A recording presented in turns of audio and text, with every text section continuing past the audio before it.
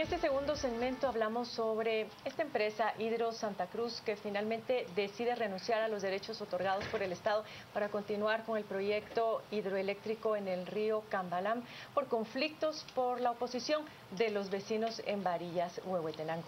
Para hablar sobre ese tema nos acompañan en esta oportunidad Byron Garós, quien es analista social. Buenas noches, Byron. Y también Edgar Balcells, quien es analista en temas económicos. Ambos bienvenidos y abre Paola. Gracias, Edgar. Vemos que fueron 8 años de conflicto, de procesos judiciales, incluso de pérdida de vidas, pero termina en que la empresa se rinde prácticamente y dice: inmediatamente me retiro, liquido todo, ya no me interesa. Inmediatamente transcurrieron 8 a 10 años. 8 años para que hoy anuncie que su retiro a partir del aviso va a ser inmediato, no va a ser paulatino. A eso me refería.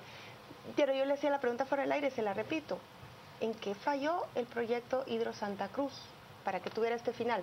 ¿Falló la empresa? ¿Le falló el sistema a la empresa? ¿Falló todas las comunidades que se opusieron? ¿Cuál es su análisis? Bueno, muy buenas noches. Buenas noches. Es un gusto estar aquí y aprovechando que aquí está Byron, que tiene mucho más experiencia en la parte de campo de este proyecto. Yo quisiera abordar la parte económica, o sea, todas las esferas económicas del proyecto y lo que ustedes preguntan, la parte social. Empezando por la parte social, hay muchos análisis que se están haciendo de diferentes proyectos en Guatemala y en América Latina, y hay una disciplina nueva, o sea, muy novedosa, que se llama primero la gente, porque parece que incluso yendo al ministro Aldo García, uno ve que hay ingeniería, que hay tecnología, pero hay otras variables que tienen que ver con puramente gestión y temas administrativos y de transparencia, pero también gestión social. Yo, por ejemplo, estuve en el BCIE y comparo este proyecto con Hidro Shakbal, que es mucho más grande, son 70 megawatts y no es muy lejos, es en la parte septentrional del país, en Chajul. Tiene un ecosistema parecido, también la parte indígena, y Hidro Shakbal no tuvo los fracasos, y es un proyecto, los fracasos inicialmente de tipo social, tuvo una buena estrategia de responsabilidad social empresarial, pero este proyecto de Hidro Santa Cruz está completamente fallido en la parte de su gestión social y sus relaciones, incluso con el respeto a la identidad y derecho de los pueblos indígenas, que es un tema que realmente se exacerbó ahí hasta llegar a graves violaciones de los derechos humanos.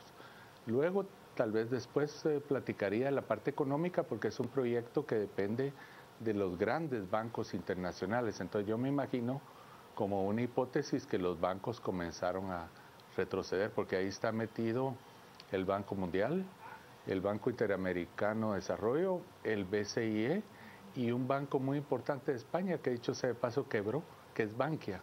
O sea, es un banco que tuvo también muchos problemas de corrupción.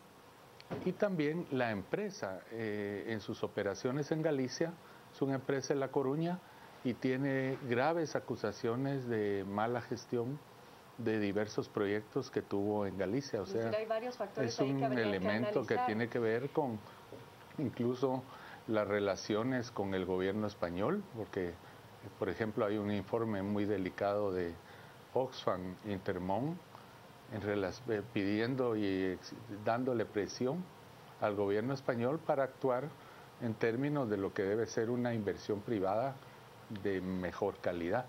Es un tema que debiéramos considerar también para empresas como Renace, que aquí hablábamos con Byron, que también es un grupo guatemalteco importante que puede derivar en esta serie de problemas. Byron, esta pregunta que mencionaba Paola en un inicio, que tiene que ver 8 años transcurridos para que finalmente dijeran no. Primero, ¿por qué la tardanza? 8 años en darse cuenta que el proyecto no era sostenible. Y para ti, ¿cuál es el problema de origen? ¿Compartes el punto de vista de Edgar? Sí, buenas noches. En buena medida, sí. Yo creo que el problema fundamental es aquí del Estado y el papel que juega. El Estado en realidad debería velar por el bien común, ser el árbitro, digamos, entre diversos intereses, la iniciativa privada, las comunidades. Y en este caso es evidente, como en muchos otros, que no fue así, porque está claramente el convenio 169, lo vamos a mencionar, ¿verdad?, de la OIT. Las empresas llegan con licencias otorgadas por el MEM, se instalan, empiezan a trabajar, a llevar maquinaria, pero en ningún momento han informado, informan a las comunidades qué es lo que quieren hacer ahí. Y este es un río, pues para la gente muy importante, el río Cambalam.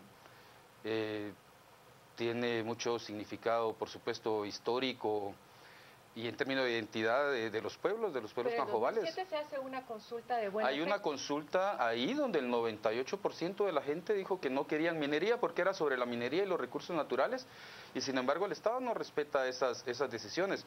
Lo que vemos es mala gestión, efectivamente, con la anuencia que deben lograr de las comunidades. Deben llegar e informar, miren, vamos a hacer esto, se va a producir esto, vamos a hacer estos daños, y si la gente está de acuerdo, solo si la gente está de acuerdo, entonces se pueden impulsar los proyectos. Pero el problema es que, como sabemos, las hidroeléctricas no benefician en nada o muy poco a las comunidades donde están los ríos que van a generar esta electricidad, ni siquiera están conectados a la energía eléctrica. Generan empleo muy precario, 30, 40 empleos, y afectan a cientos, miles de personas que efectivamente en el 2007 ya se habían manifestado en contra. Así que lo que falla acá realmente es el Estado como rector del desarrollo para todos y todas. Y que hoy justamente también se conoce que la Corte de Constitucionalidad amparó a la Municipalidad de Casillas por un trabajo, pero este es la suspensión de una licencia de exploración minera, de la minera Las Lajitas, ubicada en Casillas y San Rafael Las Flores, en el departamento de Santa Rosa. Pues qué bueno. Y justamente parece ser que el tema es el mismo, que no se respetó el proceso de consulta previa contemplado en el convenio 169 de la OIT. Es decir, pareciera que esto ya está sentando cierto precedente en el país. Pues sí, porque acá se está planteando, las comunidades se opusieron, no se logró ese consenso. Esto motivó a que la empresa pues se retire, anunciaron hoy su retiro. Sin embargo, hay que remarcar acá que no se trata nada más de que se retiren, hay que ver cómo se hace para que los daños que fueron causados a las comunidades, porque ahí hubo ruptura del tejido social, hubo falsas acusaciones, hubo líderes comunitarios injustamente presos durante 2, 4 años. ¿Y qué va a pasar? ¿Se va a ir simplemente la empresa y esto queda así en el aire? Ahorita las comunidades pues están celebrando el retiro de la empresa, pero también demandando que antes de hacerlo cubran con todas estas responsabilidades, con el resarcimiento que deben dar a las comunidades. Sobre eso vamos a hablar después del corte, porque parte del análisis es, ¿termina el conflicto aquí con el retiro de la empresa o será que esto va a continuar? Y luego también los intereses económicos del país. ¿Nos conviene realmente que todas las empresas mineras se vayan, que todas las hidroeléctricas se vayan? Tratemos de hablar de eso al volver de estos mensajes, así que quédese con nosotros.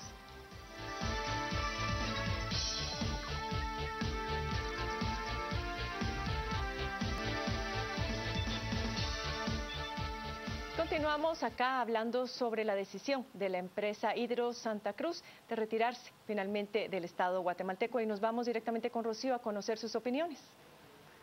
Gracias, Carmen. Vemos cuáles son algunos de los comentarios que tenemos ya en Twitter. Voz Nation nos dice: las comunidades son manipuladas por grupos que quieren dinero. Abogados comunitarios, investiguen. Consejo de Pueblos: el problema es el modelo energético que considera a las comunidades como estorbo. Y por último, Luis Torres, que nos dice: felicitaciones al pueblo de Ixcán. Son estas las opiniones que tenemos para ustedes, Carmen y Paola. Muchas gracias, Rocío. Y justamente uno de los puntos que se ha tocado acá es muy importante. La consulta previa es importante, pero esto tiene dos características: libre e informada, que es lo que muchos cuestionan, y en algunas consultas se ha hablado de manipulación. ¿Qué opinas sobre esto, Edgar? Bueno, como yo digo, hay que tener casos, hay que ir caso por caso, porque no todos los casos, o sea, tampoco podemos ser fatalistas en eso y apocalípticos, que así van a ser todos los proyectos. O sea, todas las comunidades tienen sus particularidades, debe haber un respeto y un sentido de trabajo conjunto con las comunidades. Yo viendo diferentes proyectos hidroeléctricos en el Banco Centroamericano, recuerdo que a las comunidades simplemente lo que querían era información. Las comunidades odian que se tenga un proyecto en una finca privada que definitivamente afecta su entorno natural y que por ser un proyecto privado no sea parte de la consulta con la comunidad. Entonces, ese es un tema, lo que se llama la gestión social de proyectos, y el caso de primero la gente debiera estar como una parte fundamental, porque los ingenieros, y sobre todo, esta debe ser una lección para los bancos que están financiando estas actividades. Ya el Banco Mundial y la Corporación Financiera Internacional creo que ya tienen muchos cuestionamientos en América Central. Hay una serie de proyectos de palma africana, por ejemplo, el palmero de la Guan en Honduras, que es objeto de múltiples denuncias. El caso de Chixoy. Entonces, ese tema, yo digo que hay que ir caso por caso, así como estudian los del INCAE, y debieran ver en qué es lo que fallamos. Las empresas y los inversionistas. Le interrumpo ahí, Edgar, sí, para Byron. La empresa, si estuviera acá un representante, seguramente nos diría, nosotros intentamos múltiples veces acercarnos a la comunidad y la respuesta siempre fue la misma. Queremos que se retiren, no queremos que operen acá. Ante esa negativa, ¿qué posibilidad de acercamiento hay con una comunidad, Byron? ¿O cree usted que fue tardío ese intento de mediar con ellos? Sí, hay. Las comunidades están abiertas al diálogo, incluso en algunos casos con hidroeléctricas han planteado, bueno, negociemos cómo van a quedar los porcentajes acá, pero la misma ley no permite eso, ¿no? El problema acá es que no se consultó, como decían ustedes, previo, ¿no? Previamente y con información, antes de instalarse. Ese es el problema, que llegan, empiezan a comprar tierras para sus proyectos con engaños, porque muchas veces dicen que van a sembrar alimentos, que van a sembrar flores para exportación, y cuando la gente se da cuenta están metiendo maquinaria para minería, para una hidroeléctrica. Entonces yo creo que las poblaciones están abiertas al diálogo, por supuesto, pero sigan en buenos términos. Antes de iniciar cualquier proyecto, antes de tener la licencia, incluso del MEM, que eso ya es también un precedente acá, que ya no autoricen licencias sin haber sido consultadas las comunidades. Entonces en eso fallan, ¿no? En que llegan así de pronto a iniciar los trabajos, la gente no sabe, cuando empiezan a ver que pasan camiones, que empiezan a trabajar ahí y no les han preguntado, no saben cómo les va a afectar, qué beneficios van a tener. Entonces ahí tiene falta el Estado y las empresas también, por no hacerlo de una manera adecuada. Si las comunidades son compactadas... que si tenían la garantía del ministerio, la licencia, el Estado que lo respaldaba, no estaban cometiendo ninguna ilegalidad, y si apoyaban después proyectos de la comunidad, a lo mejor se limaba la conflictividad. Sí, pero son pueblos indígenas con identidad propia y muy arraigados a su territorio y amparados en el Código Municipal también, y en el convenio 169 de la OIT plantean el derecho que tienen a ser consultados previamente, y yo creo que eso es parte del problema. Cualquier otra empresa, me parece un buen precedente, cualquier otra empresa que intente, que quiera trabajar en Guatemala, tendrá pues que antes contacte a las comunidades. Ahora, y no dialogue. es que Guatemala esté negado a este tipo de inversiones, me parece a mí. Pero consideremos el impacto, Edgar, ya tenemos muy poco tiempo, el impacto que esto puede tener sobre la economía del país, sobre la producción energética, en el caso de las hidroeléctricas en particular. Bueno, estamos hablando de una inversión relativamente pequeña, pero es de 30 millones de dólares. Entonces es un impacto importante. Adicionalmente, la matriz eléctrica del país sí debe ser objeto de un cambio, porque desde el inicio de la ley eléctrica se terminó o se menguaron los grandes proyectos hidroeléctricos. Entonces la matriz eléctrica del país está basada en energía térmica, los ingenios del país teniendo su balance energético, que para ellos es muy importante, han venido también participando competitivamente en el sistema interconectado, pero no en base a lo hidroeléctrico y lo eólico, que es la energía del futuro. Tengamos en cuenta que hay países como Alemania que ya están básicamente operando con energía eólica e hídrica.